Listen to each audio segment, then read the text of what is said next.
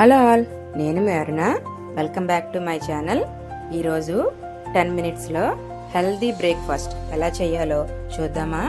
రోజు ఇడ్లీ పూరి ఇలా చేసే కన్నా వారానికి 2 టైమ్స్ అయినా ఇలా తింటే స్కిన్కి బాడీకి చాలా మంచిదండి. సరే, దాని ప్రిపరేషన్కి ఓట్స్ ఒక 3 స్పూన్స్ అండి, తర్వాత sunflower seeds, pumpkin seeds, chia seeds, కాజు ఎక్కువ వేయొద్దండి, ఒక 1 స్పూన్ సరిపోతాయి. వాటర్ మిలన్ సీడ్స్, బాదం కూడా ఎక్కువ అవసరం లేదు, 1 స్పూన్ సరిపోతాయి. ఇవన్నీ నేను చెప్పేది ఒక ఇద్దరికి సరిపోతుందండి బ్రేక్ఫాస్ట్. 4 స్పూన్స్ ఓట్స్కి ఇవి ఇలా నేను చెప్పిన క్వాంటిటీ అయితే సరిపోతుంది. సరే కదా, ఇప్పుడు స్టార్ట్ చేద్దాం. ఫస్ట్ ఓట్స్ ఒక 3 స్పూన్స్ కంప్లీట్ పెద్ద స్పూన్తో వేయండి.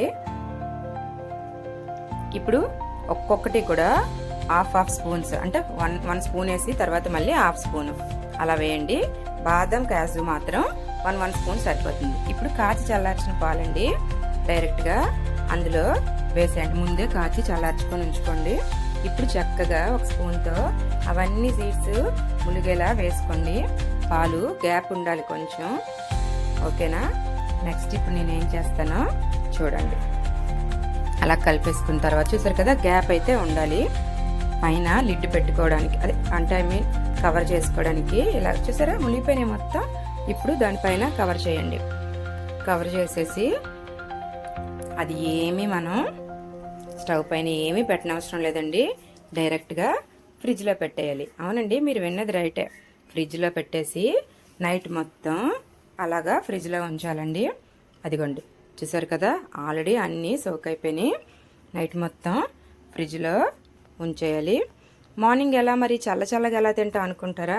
తినే ముందు ఒక 15 మినిట్స్ తీసి బయటికి తీసుకుంటే హెల్దీ బ్రేక్ఫాస్ట్ ఇలా ట్రై చేయండి. చేస్తే స్కిన్కి కానీ బాడీకి కానీ చాలా బాగుంటుందండి. నెక్స్ట్ వీడియోస్కి సబ్స్క్రైబ్ ప్లీజ్.